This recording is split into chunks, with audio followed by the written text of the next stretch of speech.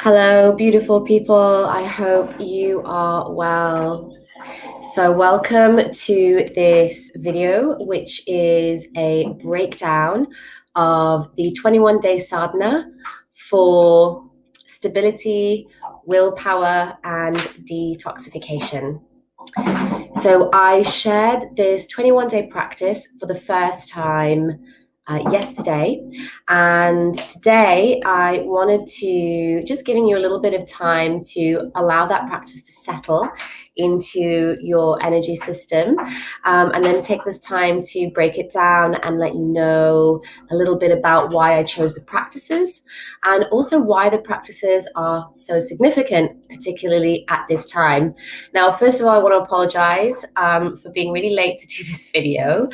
My cleaning ladies arrived just as I was about to start, and they often turn up at different times, and so yeah, I was with them and then finally found this little space to do the video. So yes, I'm really excited to be bringing this to you because, you know, there has never been a better time to come back to our practice, to come back to our self-care, and to make that special effort to devote energy and time to ourselves and our path. So, you know, this existential exploration, meaning of life, what is it? Why are we here? Why are we here? You know, what is this miracle of a life being gifted to us for? What has it been gifted to us for? I've talked about this a lot in the last few months, that it is an absolute mathematical improbability. It's nigh on impossible that we are here. It's more likely that, you know, 1,000 elephants would drop out of the sky at this one moment right now, right outside my window, than we actually exist on this planet. And mathematicians have calculated this. They are like, what the fuck? We literally should not be here. It is absolutely crazy. Now, that fact alone, that very fact alone, the fact that it's a miracle that we are here, helps me to recognize just how special this experience is. And also the significance of this experience for me, which I feel is very much about learning to be human and all of its glory, from one end of the spectrum to the other end of the spectrum of duality, because that is what we have in this realm, on this planet, in this universe. We have this incredible extremities, polarities, duality of experience.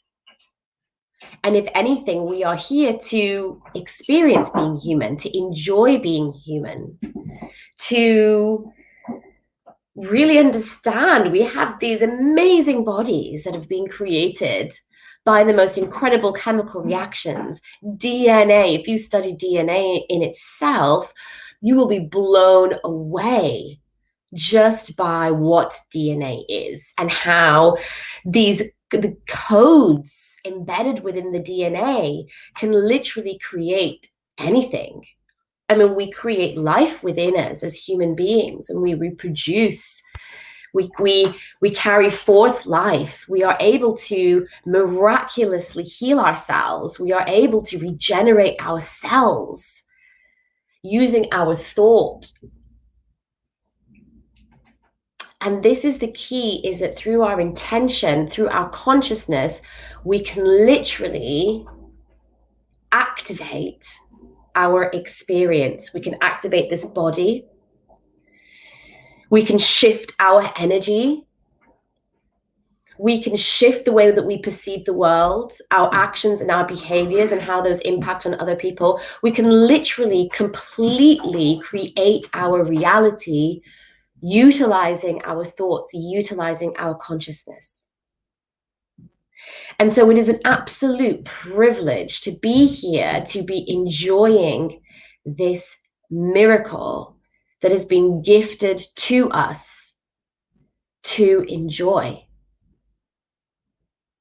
And so many things kind of are like more layers and layers of evidence that this is a miracle. This experience is incredible. It is here for us to enjoy. So many things, so many synchronicities happen to me, and I'm sure to you. So many signs come my way to show me, yes, this is all for you. This beautiful magic is all for us to enjoy. The beautiful flowers, the incredible, delicious food, the gorgeous smelling scents that there are, how we get into flow when we create positive changes in our life and we start to see different things coming to us, manifesting and benefiting. So I just hope that this miracle of a life is enough to inspire you that you are absolutely worthy of self-care, of devotion, that you are worthy of being alive, being well, being happy, and being healed. So with that in mind, I'm going to break down this 21-day sadhana for you so that you can understand how these practices are going to enliven your human technologies, enliven your consciousness, and help you experience this incredible existence. And again, there's never been a better time. There's so much fear out there. You know, people are literally crumbling under the fear that is being pumped out through the media, perpetuated through the media, through the mainstream channels, because, you know, it's just the natural way that we do things on planet Earth, because we've forgotten that really we are love and we are divinity and we are unity and we are magic. And so because we've forgotten that, we have moved towards the fear mechanisms that are used to control and manipulate us, that are out there, that are a part of this whole existence. I'm not saying it's bad. I'm just saying it's a part of this existence. But we have a choice. Do we want to use fear to drive and manipulate and force us? Or do we want to use love and divinity and magic to influence us?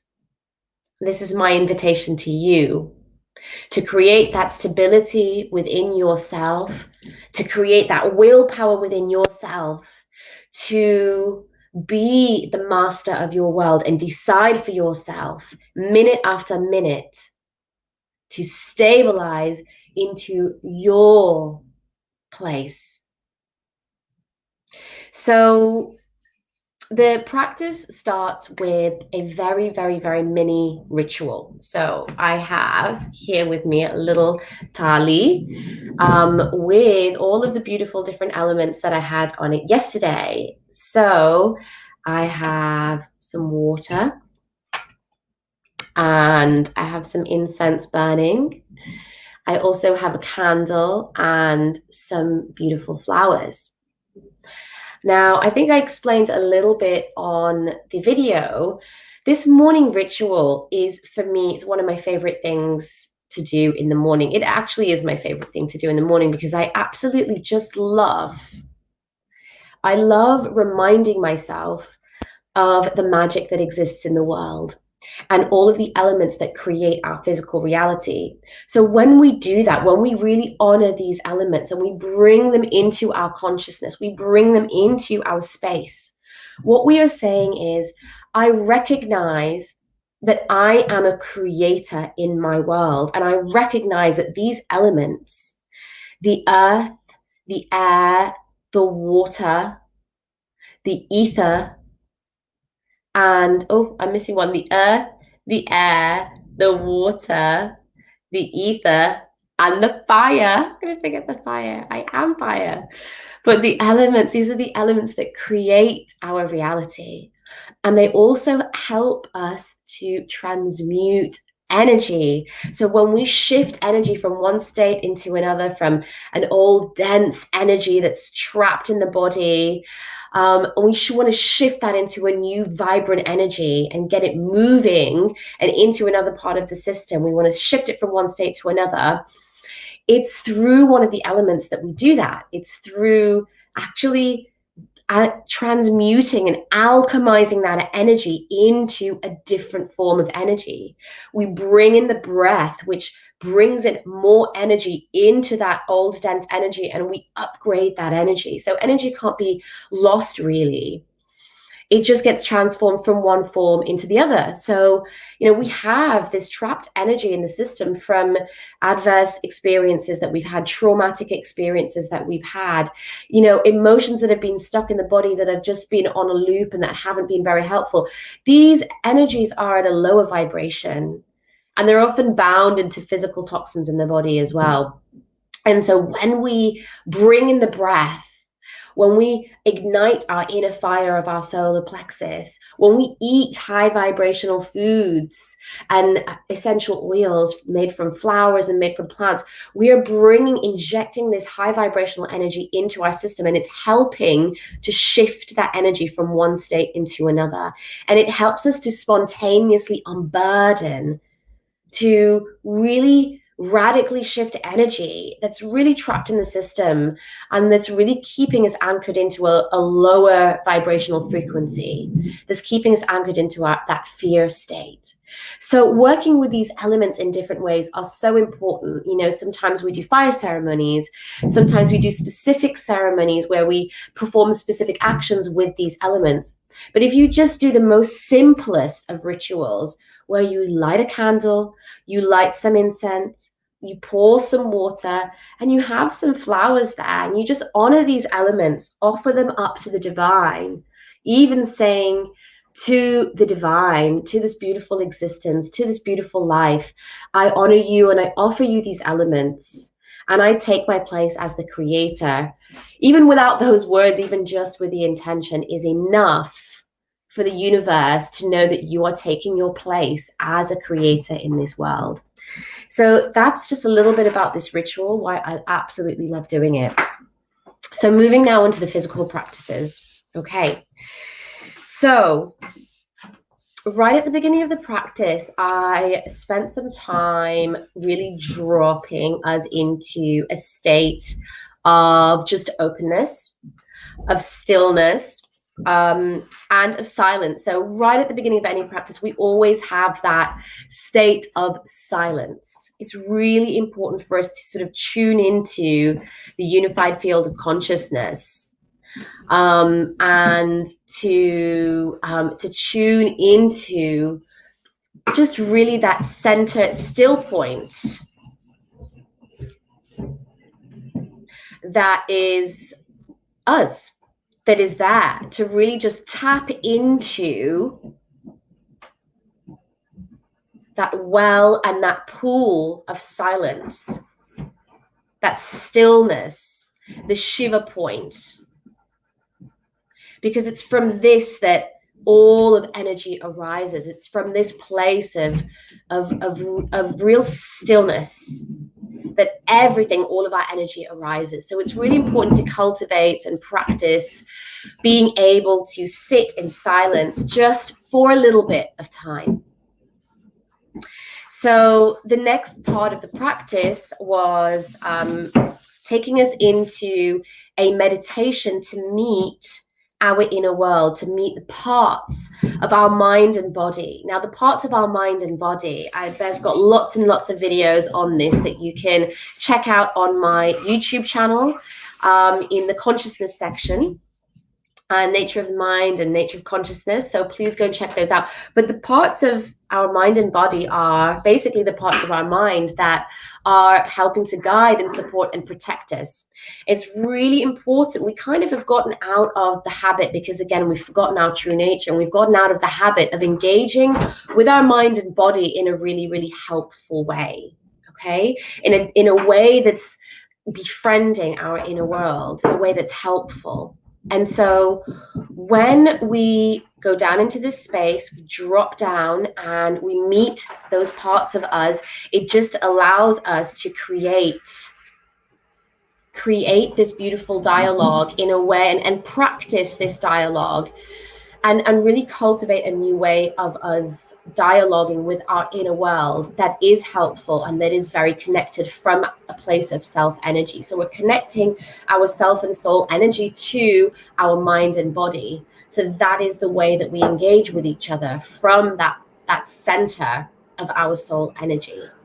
So the beginning part of the practice is simply just using some very basic skills to connect to ourselves in that way. So moving on to the physical practice itself, I shared a grounding visualization. Now, this very much speaks for itself. Focusing on the Muladhara chakra and grounding our energy in this way, really anchoring into the earth, and visualizing those roots going really far down into the earth, is really going to help us create stability. It's going to remind us that we have this connection to the earth that is intrinsic. It is always there. It never falters. It's just our perception of it falters. And when we are in fear and we are allowing all of these things to come in and to rock our stability can absolutely be affected. So it's really important on a daily basis to be cultivating, practicing our sense of stability, to be practicing, cultivating our sense of stability. So I then went on to explain a practice called, or teach a practice called Nadi Shodhana, which is alternate nostril breathing. Okay, now this is balancing both the left and right hemispheres of the brain, the divine masculine and divine feminine aspects of our being. And it's also helping to recalibrate our nervous system. So in this way, when we activate both hemispheres of the brain, what we are doing is we are allowing our brain's processing function to optimize.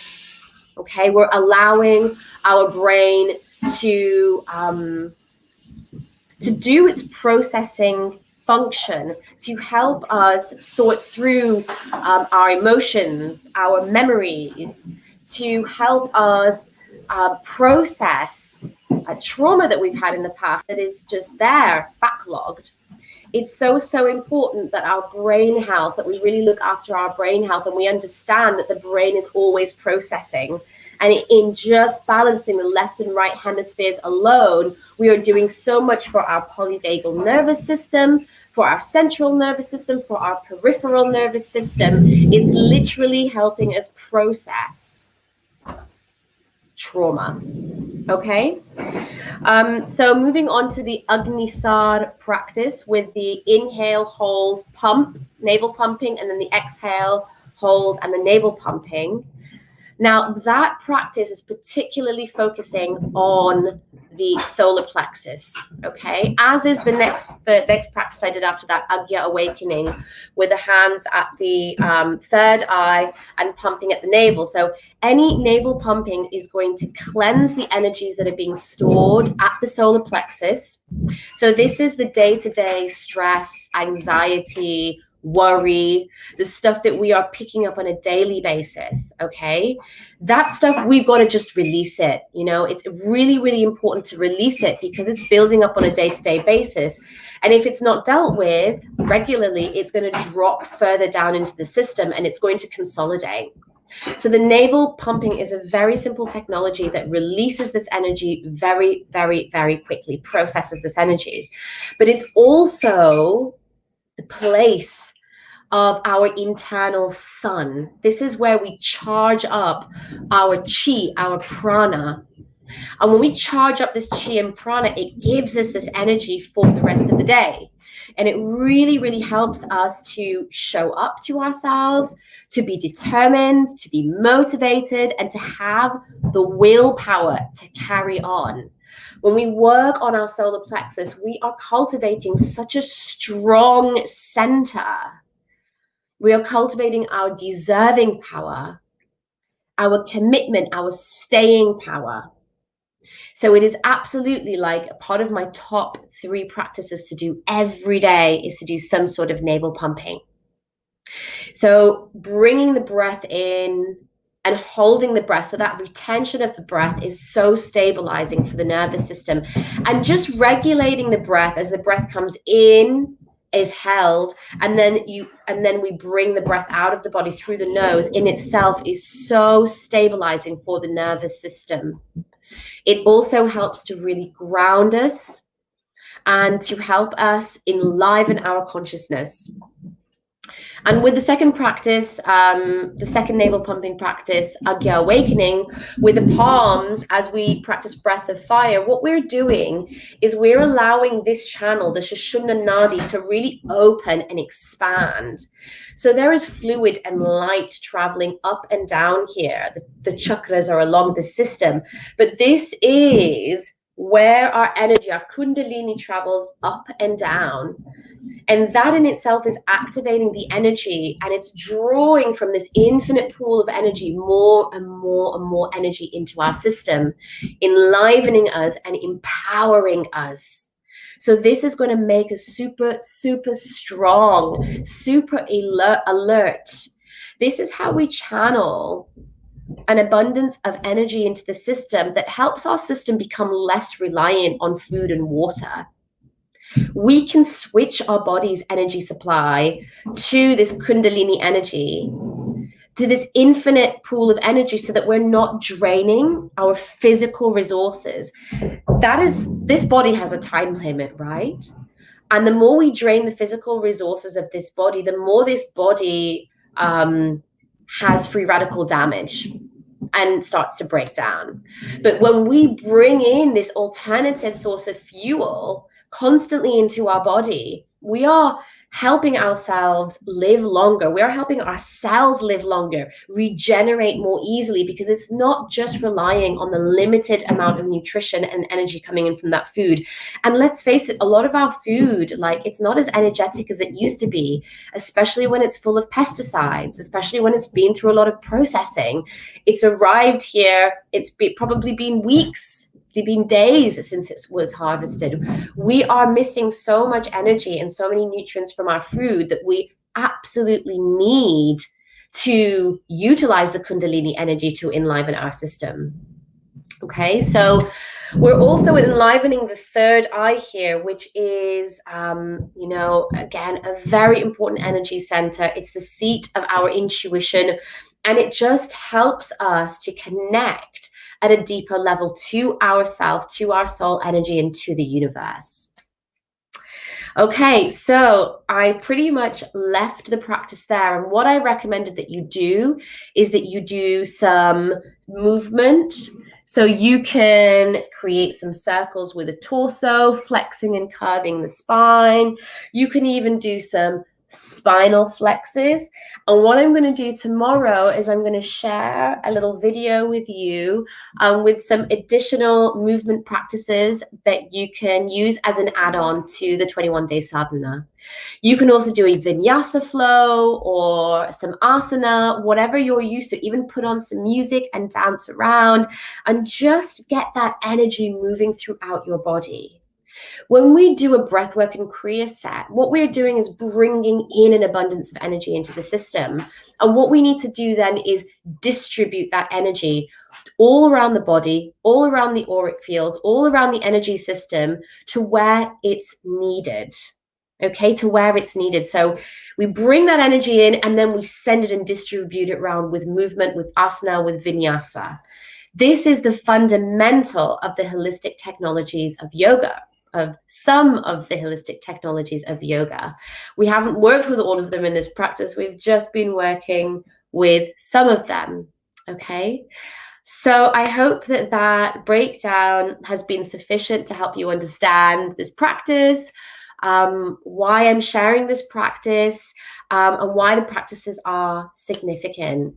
I really believe that if you follow this for 21 days, that you will see a profound shift in your energy, a profound shift in your mental and emotional health, a profound shift in your sense of stability and belonging and place in this world. I really, really hope that you stick with us. I'll be sharing videos, resources, articles every day to help you on your journey of stability, willpower, and detoxification. Don't forget my detox program, my holistic detox protocol is available until tomorrow. So just one more day. And then I'm going to take it off of the Facebook page, but I'm just giving it away as a gift for those of you that want a parallel protocol to really enhance the effectiveness of this beautiful, beautiful sadhana. And please, please, please, please, please come into the group and share your experience, leave comments, and help encourage everybody else who's going to be joining in on this practice. And invite other people to this practice. They are welcome to join at any time. I hope you have a beautiful day. It's been wonderful connecting with you. Namaste.